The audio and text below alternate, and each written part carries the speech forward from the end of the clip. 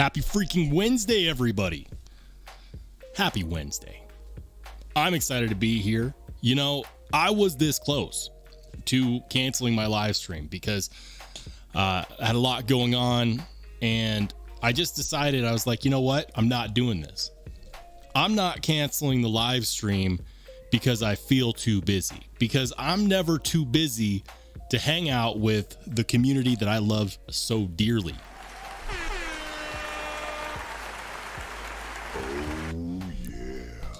I mean, who else is going to bring you the best sound effects on a Wednesday? These are things that I think about. I'm excited to be here. You know, it's kind of crazy because I typically, before I go into my Wednesday live, I spend 10, 15 minutes listening to the Knives live before I go live. It gets me pumped. It gives me a chance to say hi to some community members that might be watching that and might miss this one. It's a good time. It's a good time over at Jared's live. And so surprised was I when I go over to Jared's channel and there's no live. Homeboy was also busy, so I didn't get to say hi. Hopefully those of you who would normally be in his live are in this live. And we're going to go ahead and say hello right now. Let's see who got in here first. A shout out to my man, Marco. I don't know if you were first, Marco, but you're the most recent, or at least the very oldest one that I could see. Shout out to Marco, channel member. Shout out to Neil McKenzie. Shout out to Jim Miller, another channel member. Jim is in all the lives. I swear, if I go to a live, Jim is there. I know my buddy is in there. Good to see you, Jim. Shout out to my man, Greg Vanderlip, another channel member in the house. Thanks for being a channel member, Greg. Tom McDonald, another channel member.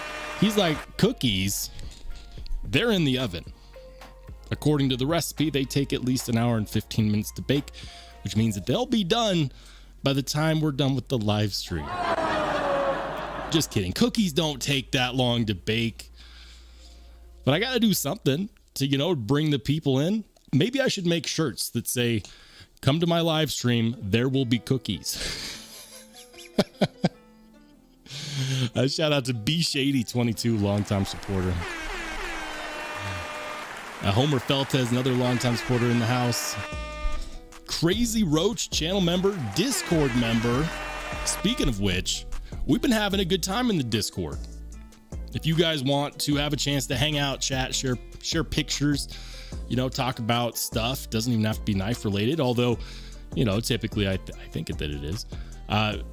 Go over to my community tab in YouTube on my channel. If you're a channel member, you should actually see a post that has a link that will let you join our Discord. And here's the deal. You don't have to remain a channel member to have access to that. So if you're a channel member today, you join the Discord today, and then tomorrow your membership runs out and you're like, dude, we're in the silent recession. I can't just be your channel member. I understand. I have bills too. You can stay in the Discord. So it's not only current channel members. You just have to be a channel member when you go to join. Make sure to join us. It is a fun time. Hey, Humphrey Chimpton in the house, another channel member. Thanks for dropping by. My man, Mike Morgan, channel moderator. Can I get a round of applause one time for my channel mods? Oh, yeah. Welcome in Joseph S. All right. High Tide EDC, welcome in, brother. Oh my goodness. Homer Feltes, a new channel member, or at least I'm pretty sure a returning channel member. Welcome back. Welcome back, Homer. Thank you for joining the ranks once again of the connoisseurs and collectors. And welcome back into Knives Are Life. Thank you for becoming a channel member as well. Man, and Crazy Roach with the $5 donation. You guys are awesome. You get a Spartan kick. You guys are blowing me away. What a way to start a Wednesday. You know, I shout out to Charles Wooden in the house, another channel member. Welcome into Todd Carr. Welcome into my man Ian Coates. Can we give it up one time for another channel mod joining us on this beautiful Wednesday evening? This is Sparta! Guys, I hope that I didn't miss anybody in the chat. If I did, forgive me. I swear I will shout you out.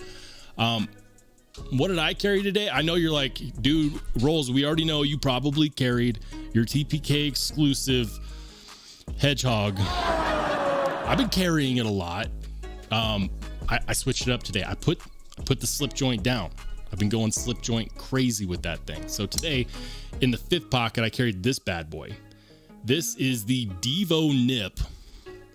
And this is one of those knives that you should probably buy two. You know, it's better to have two nips than one. One for each pocket. Come on. But I also carried this, which is a recent acquisition. And honestly, like, this knife is so me. I love this knife. And I know not everyone's going to love this knife. They're going to be like, dude, what are you doing over there with the Attitude Adjuster 5000? And the truth is nothing. I'm doing nothing with this bit. I have knives that have glass breakers, at least two, maybe three others. Never used it once. But for those of you who know about the Microtech Matrix, you know that this is a knife with a history. And I love stories. Absolutely love stories. This one is cool because this is actually a design from a time when ZT and Microtech went head to head. And according to the experts, Microtech won and ZT was very salty about it. Kershaw was salty. And then they're like, you know what, screw you. We're just going to go ahead and submit a patent on the subframe lock. If you look for skeletons in the knife community closet, you will find lots of drama. But sometimes that drama is cool because it reminds us of a time when we weren't afraid to go up to other manufacturers and be like, here's my design. I bet you can't make it as good as me. The ZT knife that was originally this design was the 0770. Shout out to those of you who know what I'm talking about. The 0770 is a legendary knife, but it's also discontinued and is a standing example of why ZT just isn't as popular as they used to be, because they've let their foot off the gas pedal. Say what you will about any other American knife made company, you know, pumping out the same design for like 10 years. But at least Spyderco is not out here like, oh, you know what? The paramilitary 2 was good. Let's go ahead and retire it. What are you doing, Kershaw? Bring back the 0770. And can you hit the like button if you agree? Hey, shout out to my man Top Dog. Give it up one more time for another channel moderator in the house. What's up, Top Dog? Welcome in, man. And Chef Rocky, channel member, joining in as well. Dwayne Letterman, another channel member. Joe Isabella, I feel like it's been a minute. I feel like it's been a minute, Joe. Good to see you in here as well. My goodness. Thank you guys again for joining in. But yeah, that was my carry. Carried the Devo Nip, the Purple Nurple edition, and then of course the new 2024 edition Microtech Matrix. What was in your pocket? And channel members, if you want to join in the Discord, I will feature your pocket check pictures. Share pictures of your carry if you want them featured on the live stream. Let me show you what I'm talking about. For those of you who are like, what is he talking about? What is this nonsense? So here we go. We're going to go over here. We've got channels. All right. So I feel like pictures were shared. There we go. Where are we? Are we live? We do a lot of chatting in the Discord, as you can see, but we're here for the pocket check pictures. Ed coming in with the Artisan Cutlery Ahab, and that's the wood version. Such a good deal on the Ahab, guys. I've checked it out. Love this piece. We're looking at the proprietary steel from Artisan Cutlery. It is the ARPM 9. It's a powder metallurgy steel for those who didn't know. This is the wood handled version with the titanium pocket clip and titanium backspacer. Mine, the one that I have, this one lives on my desk. This is a slicey knife, and it's gone through some tape. It's actually gone through some glue. I like the G10 version, but it's such a good knife. It's a Nick Rogers design. I want this with titanium handle scales, and I might have to reach out to a scale maker and be like, you know, if you can't do titanium, could you do like dark matter red fat carbon fiber? Might have to talk to some people. Anyways, love the Ahab, fantastic deal. I think you could still get it under $50. Slamming deal. If you want to pick up a Ahab, I highly suggest that you look for them. Jim Miller, oh man, here we go. Jim Miller's got the Warntack, another knife that I carry consummately. Love this piece. And then he's got the Rosecraft Clinch River Swayback, and then the carry pouch. Nice. I dig it. Crazy Roach with the Starbucks and the Microtech double-edged deck. Dude, that's one hell of a carry. Does the Starbucks last you all day? It shouldn't. I slurp down coffee so fast. I can't help it because I'm a caffeine junkie. I mean, I suppose you could be, you know, addicted to worse things like knives. Oh man. But yeah, no, I'm a sucker. I'll be honest with you. I'm a sucker for the froofy frappuccino drinks when it comes to coffee. I know it's not the manliest thing to admit to. I don't really care. My wife gives me hell about it. She says, you know, I can't believe that I'm the one that likes black coffee and you're over here with the frappuccino. It's okay. I don't make any excuses. I like what I like. I also like gregarious knives. That's just how I roll. We got Mark P with the Sheepdog regrind. That looks good. I bet that is slicey as hell. That looks really good. Makes me want to get a regrind on a few of my knives. How much did that cost? Mark, if you're in the chat, how much did that cost to get a regrind on that? If you don't mind me asking. I've never tried to get one on one of my knives. I always just, you know, reprofile the edge, and then it's always, you know, slicey enough to get the job done. But it takes it to the next level when you get a regrind on the blade. I bet that is super slicey. What is that, like 8 thousandths behind the edge? Let me know. But yeah, guys, join the Discord. Channel members, join the Discord.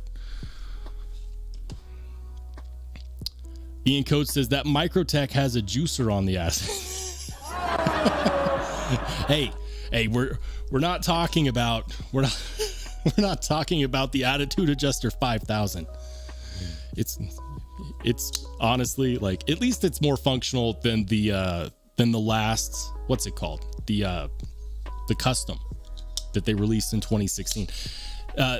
All of the Microtech Reich knife collaborations, they're trying to stay as true to the custom knife that they're made after, which is why this is not modeled after the original Microtech Matrix, which was the knife that Microtech made to answer the challenge from Zero Tolerance.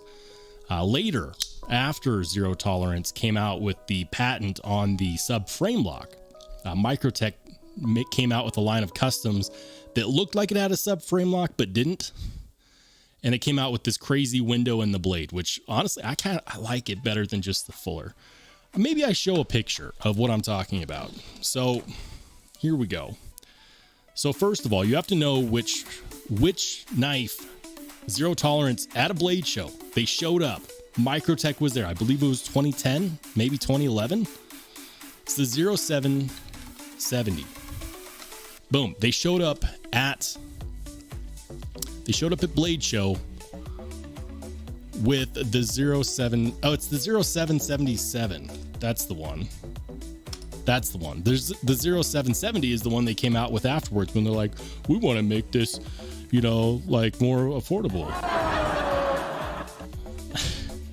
So this is the ZT, and this is a legendary knife, guys. Like, I am not big on Zero Tolerance knives. They don't do anything for me.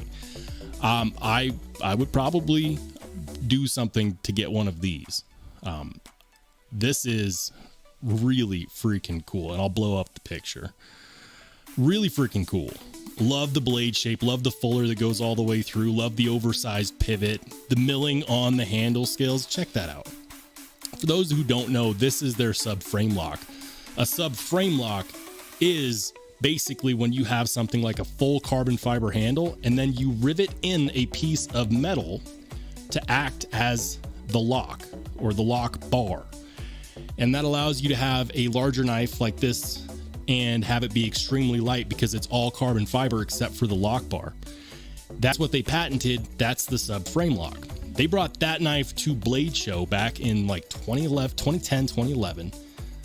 Hit up Tony Marfione and said, I bet you can't do this knife better than we can. And then that's when Tony Marfione came out with the Microtech Matrix. And I'll show you a picture of that. And they're like this, they're like the same knife. They look very, very similar. But yeah, Microtech came out with this knife. But when put to a vote, they said that Microtech won that battle. Look, it's basically the same knife. That's sweet. That is absolutely... I'm getting all hot and bothered looking at that thing. That's the original Microtech Matrix. And then Zero Tolerance said, no, we're going to patent this because we're salty. And so they patented the sub frame lock because, as you can see on this one, Microtech made a bunch of these and with the sub frame lock.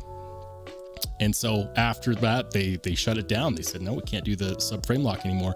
And then in 2016, they came out with these, the Marfione Custom Mini Matrix. And look at that. For a custom, can you imagine a Microtech Custom today going for $845? I mean, look, I've watched the old videos. I don't have one. I've never checked one out. Like what I have is the new version. But apparently the action wasn't that good, but people love those things. But it had the same glass breaker. The thing about the old version though is that this glass breaker is not really useful because it's a sharpened steel point. So every time you go to reach in your pocket, it stabs your hand. This version doesn't look much better, but it actually is, because instead of having a steel point on the end, it actually has a tungsten ball. So it's not sharp at the end. Is it uncomfortable to like ram your hand into it? Sure. You know, you don't want to get into the hand ramming action too much, but it is actually usable. Glass breakers that are just hardened metal points rarely last longer than one use for that. Then it flattens them out.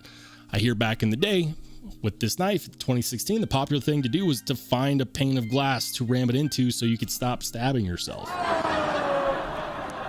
I digress. It's still a sweet knife, still a sweet design. Many people don't like it. Many people don't like the fact that this is made by Reich. Let's be real. Reich probably does it better than Microtech ever could. All of that and more in my review of the knife. But if you're wondering why I love this knife so much, it's because it's a knife with history. It's not just another soulless design pumped out by a manufacturing company trying to hit a quota. And I like that. I like that. That's me. It's a knife with some depth. All right, I'm going to catch up with the chat because I actually went off on a tangent there. Mike Morgan says, like the Griptilian with a Spidey hole. Yeah, why did they... That's great design. Joe Isabella says, excuse the lack of response, just waking up from a surprise nap, making coffee. Dude, pour a cup for me. Not that I need it. I've probably had 3 cups today. We've got Ed B in the house, says, don't need a knife with a clitty. What kind of women do you date? That would be dangerous. That would be a dangerous piece of equipment on the fairer sex. EDCNC says, yo, this is my first time seeing this channel. Never knew all you guys would be up in here. Dude, welcome in. Welcome in, EDCNC. We're just hanging on a Wednesday, man. That's what we do. I talk about knives. Sometimes I talk about knife steals. Most of the time I just go off on random tangents. Thomas McDonald says the story continues with the Kershaw Natrix. Yeah, you're not wrong. You know what the irony is? And this is what pisses me off about Zero Tolerance. They're supposed to be the premium brand, but they replaced the premium knife. They replaced the 0777 with the 0770. And check this out. The 0770 is not interesting to me. They got rid of the fuller. They got rid of the contouring. They made what is essentially a really boring knife. So this is what ZT replaced the 0777 with, the 0770. And I'm sorry, like, they're selling this for $224. I wouldn't pay $124 for that. That's boring. It's flipper only. They got rid of all the cool things. They got rid of all the dimension that makes the 0777 so good. Now, some of you might be saying, well, you know, like, that contouring costs money. You're not wrong. But then Kershaw released the Natrix. And the Natrix, which by the way is on sale because it's discontinued, but check this out. The Natrix has the contouring on the handle scales. Granted, it's blue G10 with a carbon fiber inlay, but it has the same blade shape. It has the fuller, and it's $43. But this one is also made in China, not made in the US. It's 8CR13 MOV. I think you can get some of them in D2. I'm pretty sure. Yeah, like for example, this copper version. This is basically the closest thing we have left to the 0777. Why is the budget version so much cooler looking and closer to the original than the ZT? Sorry, I have a hard time. You know, I have to clear my throat after stomaching some bullshit.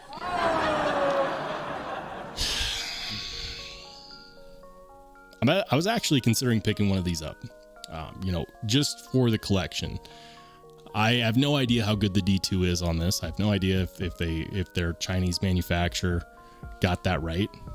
But it says right here, you know, like this is the you know, it's based on the popular 077770. It's basically the same knife. The difference is that it's not carbon fiber. It's not good. It's not premium blade steel. It's still a sub frame lock. The irony on this one being copper is that, you know, a sub frame lock is supposed to be really light, right? That's why they made it out of carbon fiber and then just riveted in a piece of metal for the lock bar so that you can maintain that lightness despite its size. So when you make it out of copper, it's kind of just like, just make a regular frame lock. Come on. Bring this back. It's like they're okay letting ZT die a slow and painful death while we all watch and not buy anything. Joseph Jones, channel member, says, everyone see that new Null Knives Ghoul coming out for pre-order March 7th. Yeah, man. And they actually have pictures up on the website. I think they're going to be like $325 to start. Let's go check it out. We'll shout out Null Knives, even though they still refuse to send me a loaner. I'm not salty much. I want one of these guys. I love clip point Bowie style blades. Check this out. This is one that I need to find a way to get. So I'm going to have to try to figure something out, but it'll start at $325 for the plain static wash. I say plain. I don't think Null Knives makes anything that's actually plain. Look at this. Bowie clip point style blade. I'm going to call that a Bowie. Why not? We've got a generous sharpening choil right there. So the edge terminates, you know, a decent amount away from the plunge grind. It looks like a deep hollow grind on that. The handle scale is thick near the end, and then it kind of swoops in and then gets wide again near the tang of the blade. And so I know that you're going to have a really good time with this knife. The ergos should, and I say this because I haven't actually held one yet, but I'm assuming that the ergos should be good.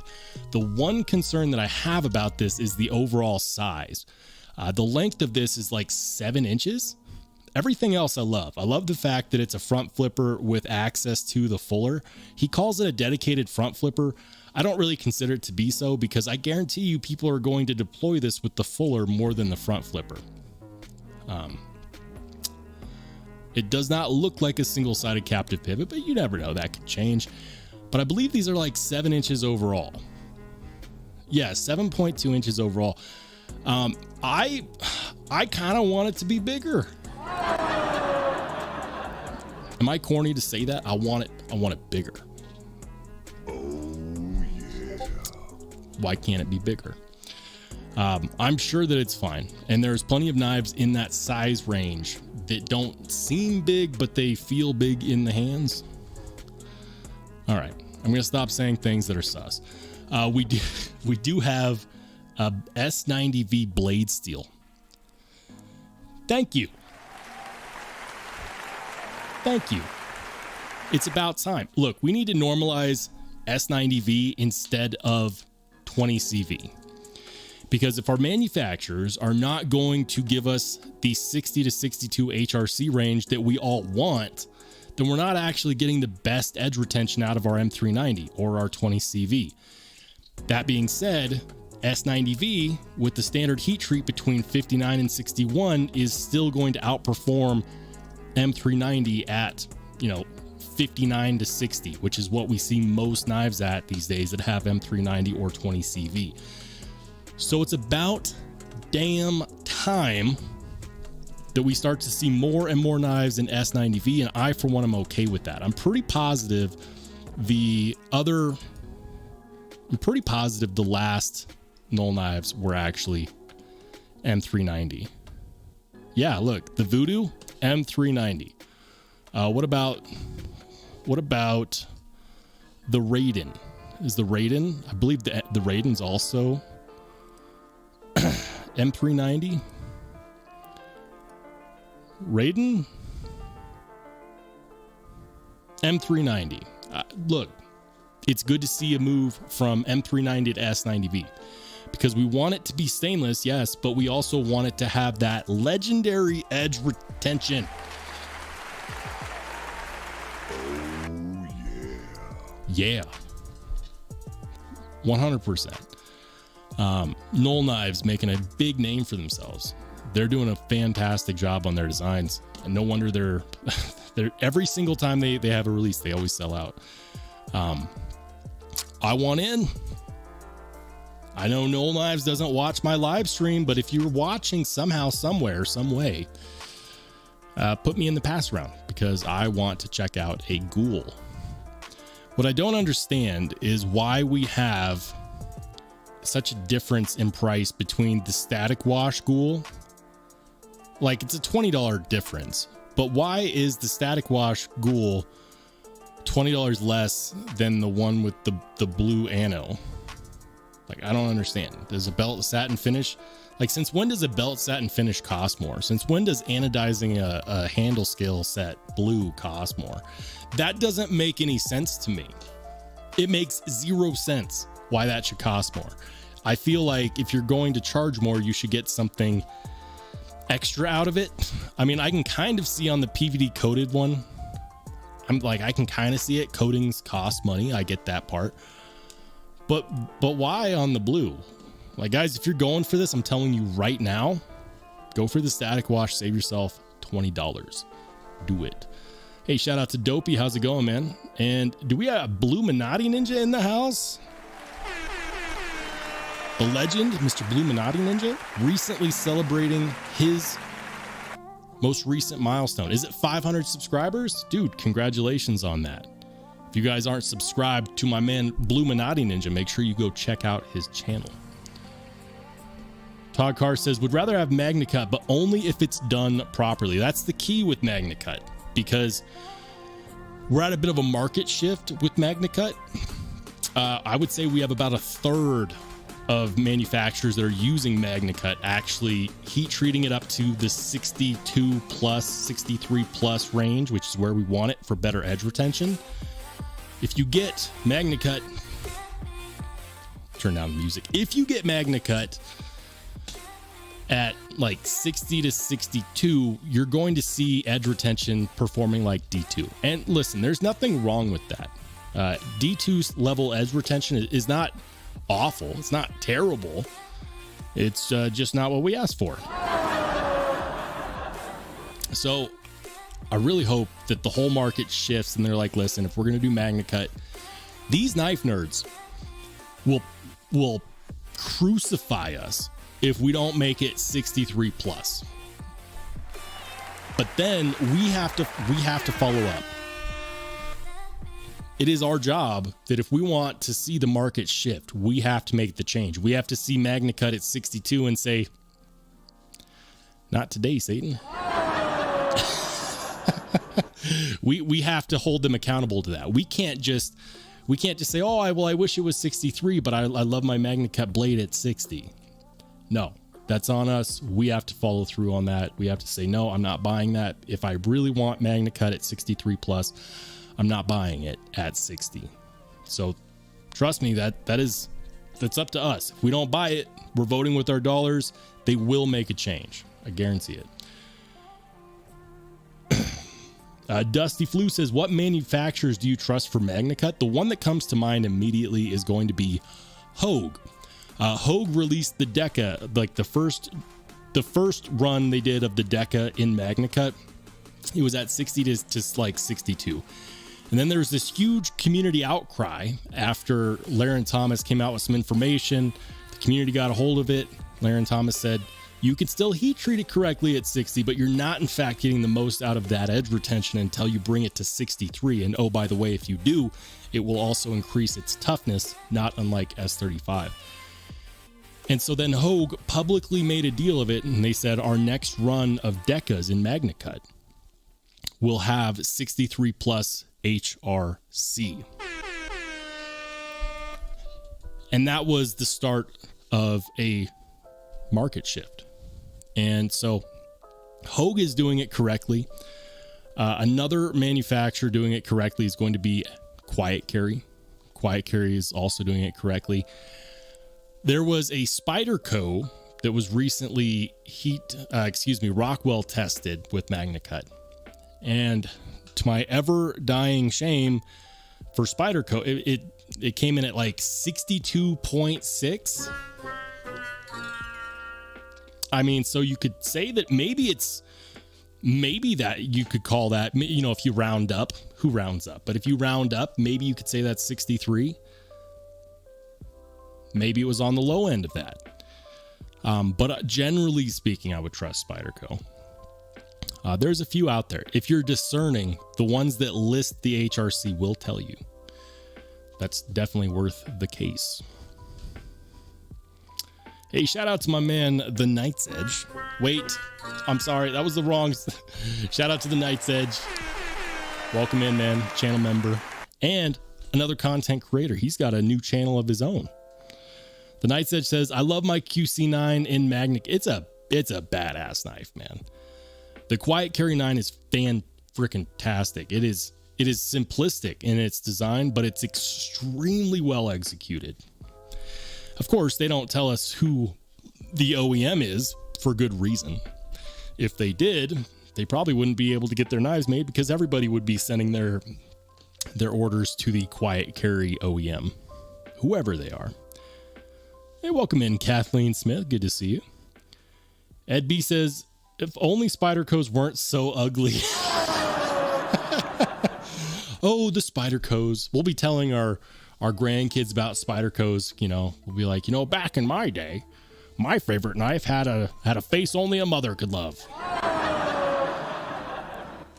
They grow on you though. They do. Like, I started off with a Manix 2, and at the time I bought the Manix 2. It was my first Spyderco because I thought it looked the least hideous. And people warned me. They're like, this is only the beginning.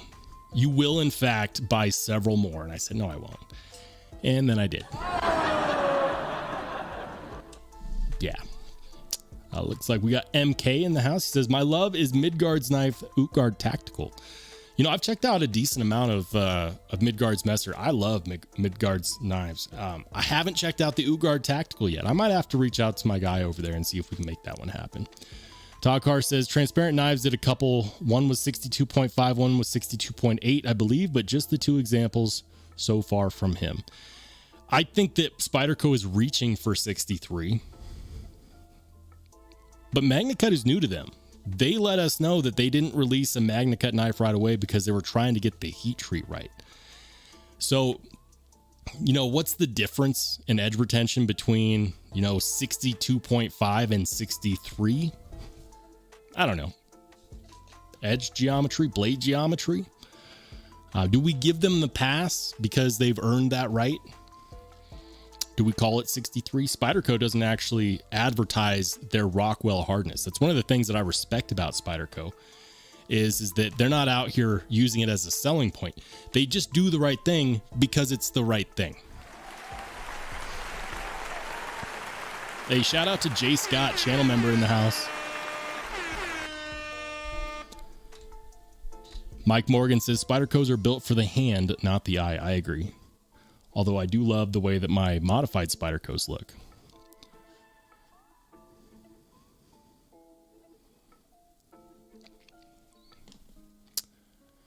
The Night's Edge says our grandkids will have and use Spydercos because they fucking last.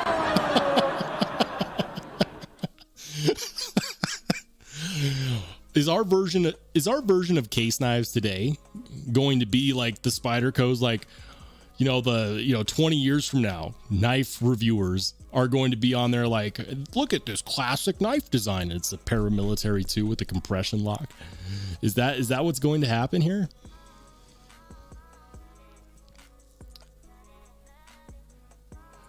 Hey, shout out to Double D. Welcome in, man. Welcome in. So yeah, for those of you who didn't know, now you know. The Null Knives Ghoul in S90V is going to be available for pre-order in March.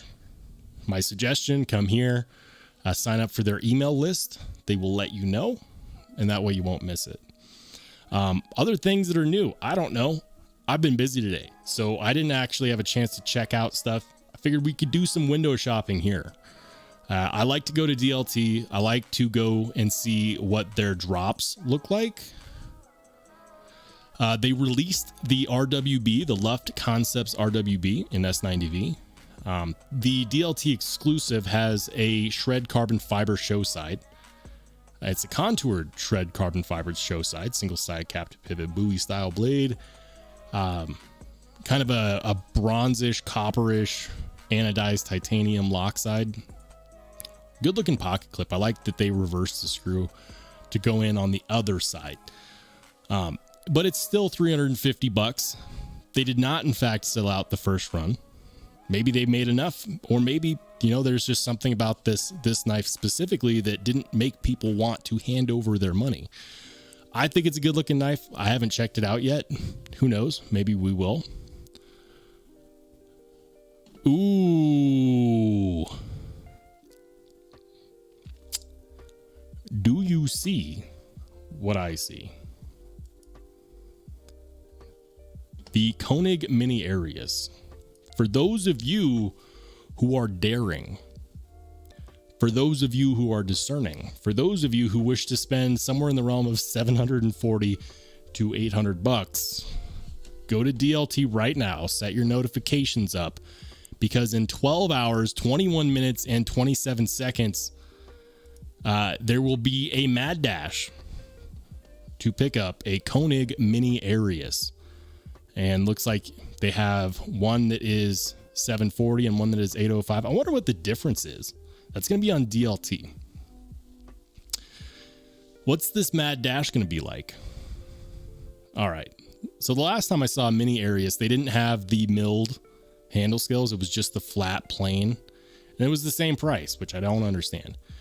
The Mini Arius is more of an EDC size. It's 7.25 inches overall. Apparently the regular sized Arius is much bigger. I don't know. I'm over here trying to, you know, buy gas and eggs and stuff. Not buying $740 knives yet. But it is near the top of the Grail list. Why is this one like $60 cheaper than the other one? Patterned titanium handle scale, burnished blades with polished flats. So I'm guessing that means that these flats are polished. picture doesn't really show it, versus this one, which is the pattern titanium, burnished blade, polished flats, but blue hardware. Why is this one $65 more? What the Are we serious right now? Like, I don't understand. Can someone explain to me, please? Like, is it the blue hardware? Are we seriously paying $60 more for blue hardware? Because this seems like the same friggin' knife. Just what? Just instead of bronze hardware, it's blue? Is that the difference? I don't understand. Someone explain to me. I'm not catching on. Hey, shout out to B Devious in the house. Another longtime supporter. How's it going, Angelo? Dazed D says, used to be 650. And then the life happened. Now, I've been getting some notifications during the live that the Discord is starting to pop off. So let's go ahead and check out what's in here. Hey, shout out to John Blackman in the Discord with the pocket check. He's carrying the Vosteed Nightshade. Hey, I got one of those on my desk right now. Fantastic little knife. This one is the Vosteed Mini Nightshade in S35 and carbon fiber. Love it. I officially want a full-size Vosteed Nightshade in LMAX, but they got to make it with the top liner lock. They need to. It's good. It's really, really good. So yeah, nice carry today, John. Good to see you, my friend. Now, we also did have our very first couple of, well, at least one. There's a channel on the Discord for anyone that wants to have a question featured. So this one was from Ed from earlier today. He says, why don't you like Lightning Strike? You might be getting me confused with Lefty EDC. Now, I don't have any knives in my collection that have Lightning Strike ammo because it's not my favorite. I don't hate it. It's not like I'm going to avoid a knife that has it. In fact, there are several knives out there that the Lightning Strike anno is very well done, often called an entropic anno. It's pretty bold, and I know I like bold knives. It's true, but oftentimes it's not done to a high quality, and it's done to make it look like Timascus, but it's not Timascus. If you're going to do an entropic anno job, it should look good. If you want a good example of that, I would say check out Chapman Lake Knives. I'll see if they have an example on their website. But even Lefty EDC, who hates Lightning Strike anno, says that it's good on the Chapman Lake Knives, on the 2D version. Let's see. Show me an entropic. Can I see an entropic? No, they don't have a picture. That's a damn shame. The one that I'm reviewing, and I'm gonna really hate to send this one back because it's just a loaner, but at least they loaned it to me. The Chapman Lake Knives CLK2D is a fantastic button lock knife. I'm not big into button locks anymore. I feel like we just have way too damn many. There are exceptions. This is an American-made knife made out of American materials, manufactured out of Indiana, and it's made to very, very discerning specifications. If you're going to buy an expensive button lock these days, get a Chapman Lake Knives. They make them to order for you. And if you want a specific anno job, you can ask them for it, and they won't charge you any extra. And if you want DLC, it just costs $50 more. So there you go. Love these guys. I want one. I'm putting it on my list of knives to get because even though I'm not hunting for button locks, that is one of the, if not the only exception. Kevin C says, anno job.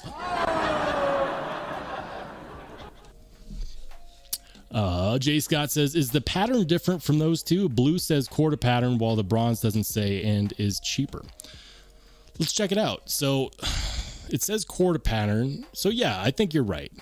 The quarter pattern does look different. It's a different milling pattern, but the picture doesn't really show it very well. I mean, okay, I suppose this shows it a bit better. But why? I mean, it's still extra milling. Why does that milling pattern cost $60 more than this one? I don't understand. Like, this looks just as much work to machine as the other one. I could be far left field on this one, guys. I just don't see how one milling pattern should be $60 more than the other. Like, is it because it's rare? Have we just not seen the quarter pattern before? Is that the issue? Someone help me out. Jay Scott says, looks like it's different. Yeah. It is a different milling pattern. And I see that, right? Let's see if can I zoom in any farther? No, it won't let me. I'm trying. It won't let me. The quarter pattern, what makes it so special? It does not look like it should be extra money for that, for a difference in those patterns. Of course, I'm just a plebe over here, saying, I don't know why it should be more expensive. Maybe it requires some specialized milling tools. I don't know. But I'd be lying if I said I didn't really want one of these. Discord popping off. Ed says, Roll said last week he doesn't like Lightning Strike. Well, maybe I'm waffling. Look, I don't love Lightning Strike Anno. I don't. And if I'm going to get a knife that has it, it has to be very well done. I won't go out of my way to buy one. I feel like most of the time people get that because they like Timascus, but they just don't want to spend the extra on Timascus. That is my opinion. Blue Minotti Ninja coming in with the TPK exclusive Hedgehog. Nice, man. Nice. You know that I love the Hedgehog. I got one right here. I've got my own. Mine is the Miami Vice, but you probably already know that. I can't go a single live stream without showing this knife. I love it to pieces. The blade, the edge geometry, the blade geometry on the Hedgehog. For EDC purposes, you will not find a knife that slices packages better than this, unless it's literally just a box cutter razor. And by the way, if you want a custom slip, American made custom slip, you don't want something flashy, you just want something custom made for you, hit up my boy Duty's Daggers. He's got his own channel, but he's also making his own leather slips for those who want them. And I don't believe they're priced too heavily. Ooh, is this the gavel? Yeah, that's the new breed. That's a good carry right there. That's the Kaiser gavel. And of course, the new breed EDC Clydesdale, both designed by Loot 10 Techs, an awesome member of the community. And then of course, that's the new breed EDC Hank. Sweet, man. I need to pick up a Clydesdale. I reviewed the prototype, but I didn't actually buy one. I should fix that because the Clydesdale is fantastic. Love it to pieces. All right, so I think I caught up with everything that was posted in the Discord. If you want me to shout out your question or your carry pick in the live stream to forever memorialized on the live stream, channel members head on over to the Discord, post it, I'll feature it. B Devious says, I just remembered to like this live. Everyone hit the like button. This is Sparta! Don't hit the like button. Spartan kick the like button. Let YouTube know that we're here and we're having a good time. So yeah, I was going to do some window shopping and then I was thrown way off course finding out that there's a Koenig mini Arius drop and it's going down in 12 hours. Hot damn.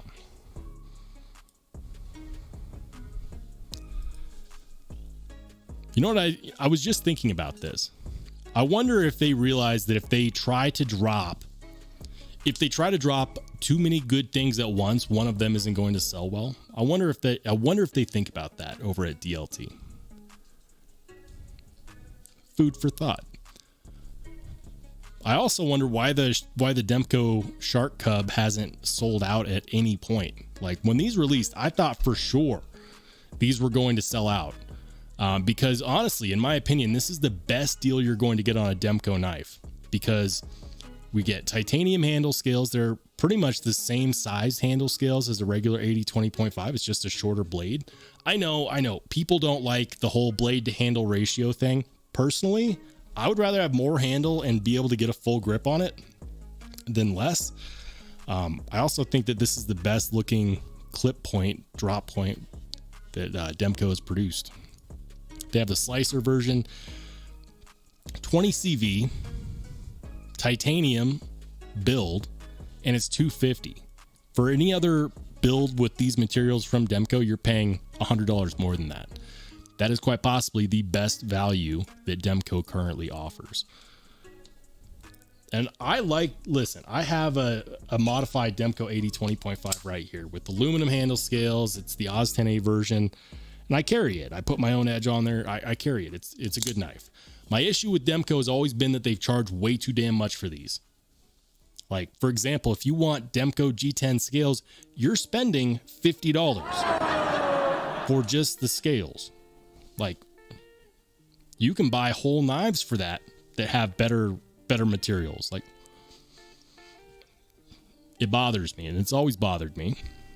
The pricing, the valuation. But what I don't get is why these have never sold out. These released, and maybe he just had the money to come out with a massive run to keep these in stock. Why is it that I'm over here complaining about a knife being available? I'm not complaining. I'm curious. Are they in stock because people don't like them? Or are they in stock because they actually made enough for everyone that wanted one to get one? That is a very, very, very interesting question to me, because I don't know. I have no idea. Could have also just been the timing. I don't know. Hey, shout out Experience Precision says, if they charge $200 for the Arius, you think people would want it? I don't think it would be even close to as popular. I'm probably wrong. So they say that the Koenig Arius in general is some of the best fit and finish manufacturing. For a while there, they were saying it was the pinnacle of production knife, period. That's what they said. Is it so? Is it true? Or is it a load of baloney? Is it hogwash? I haven't handled one. I can't say. I think that demand has driven up the price. If I'm not mistaken, I think originally these Koenig Ariuses were actually closer to like $500. You said $650. They used to be $650.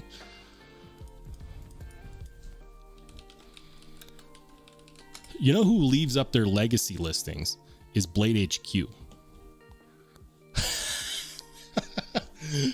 So if you ever want to know what a knife used to sell for that you can't get very easily anymore, just go to Blade HQ. They do leave up their legacy listings. They do it for something called search engine optimization, but it's actually kind of neat because you can see what knives used to sell for.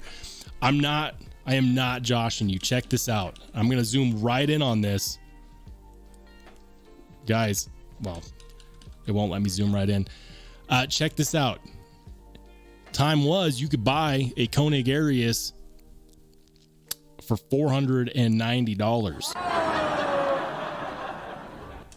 You think that's closer to what they should be selling for? You think?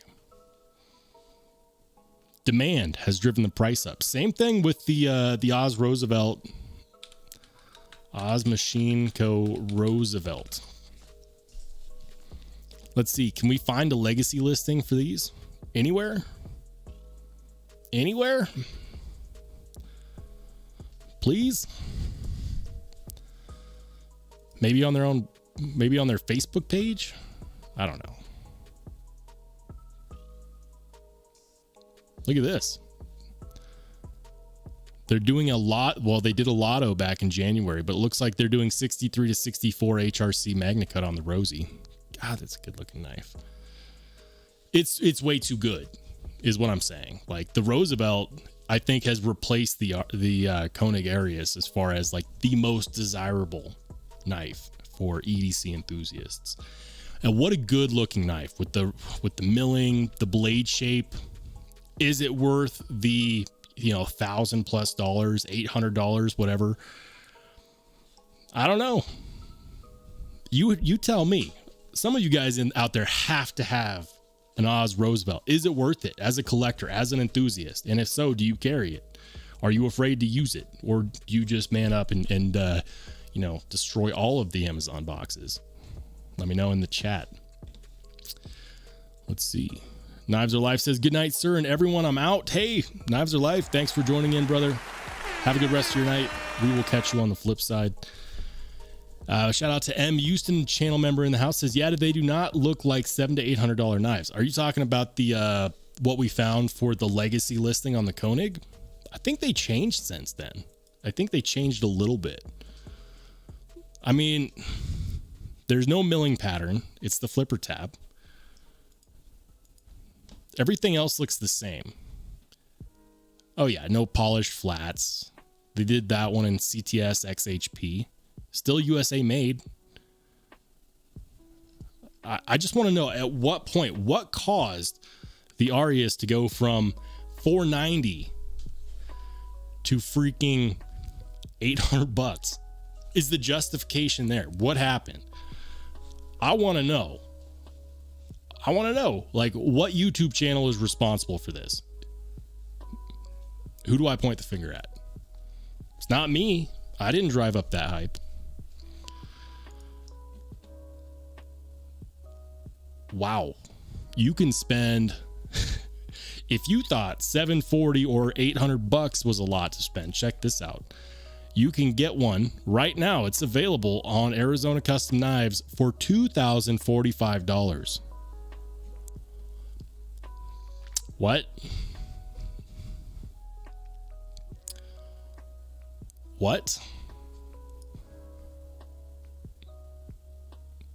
It's the Style 55, but it does feature, hold on, it features the hand rub satin finish.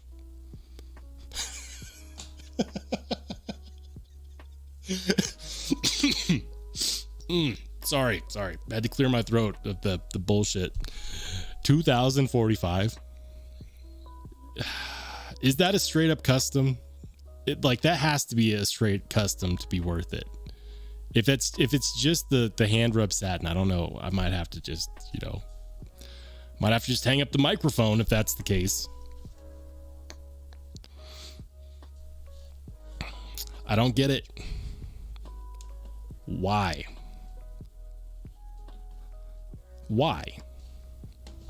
It does not make sense.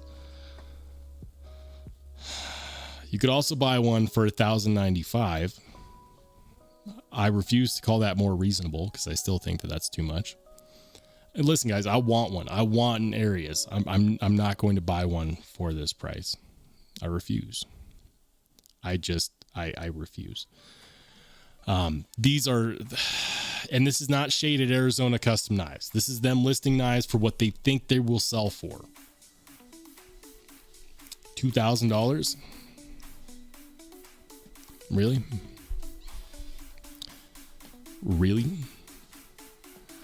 Josh Worth says that's the Arius I have in a flipper delete table is $1,500.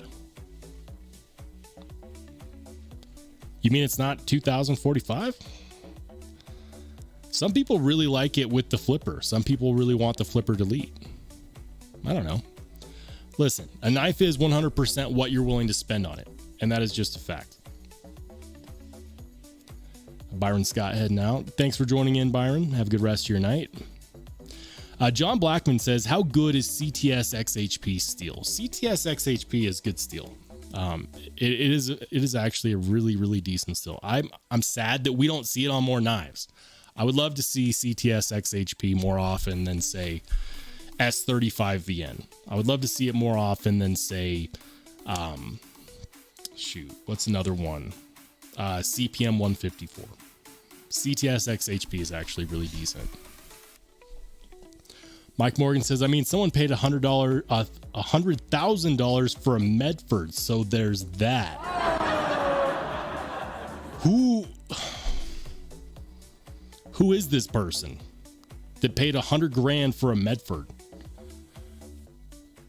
And what were they smoking? Don't they know that it's rude not to share?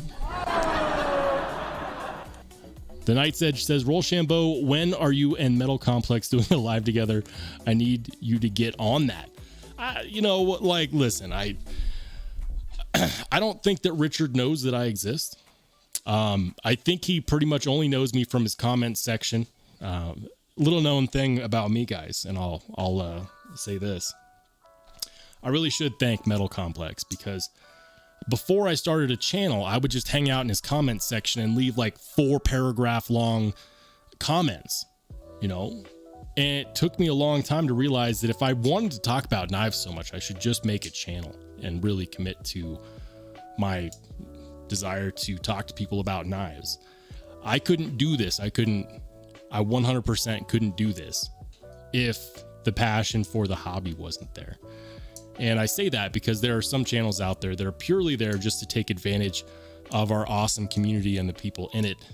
And for me, whether we're doing a live stream with 10 people or whether we're doing a live stream with what looks like currently 67, I'm here for the engagement with the people. I'm here to enjoy the hobby, explore new knives, talk about stuff, put my opinion out there, even if my opinion is wrong, which I've been told is possible. So yeah, I don't think Metal Complex knows I exist. He's never once responded to a single comment on any live stream video that I've posted. And but Richard, if you're out there, his name is Richard. Richard, if you're out there, I will 100% collaborate with you on a live stream. Hit me up.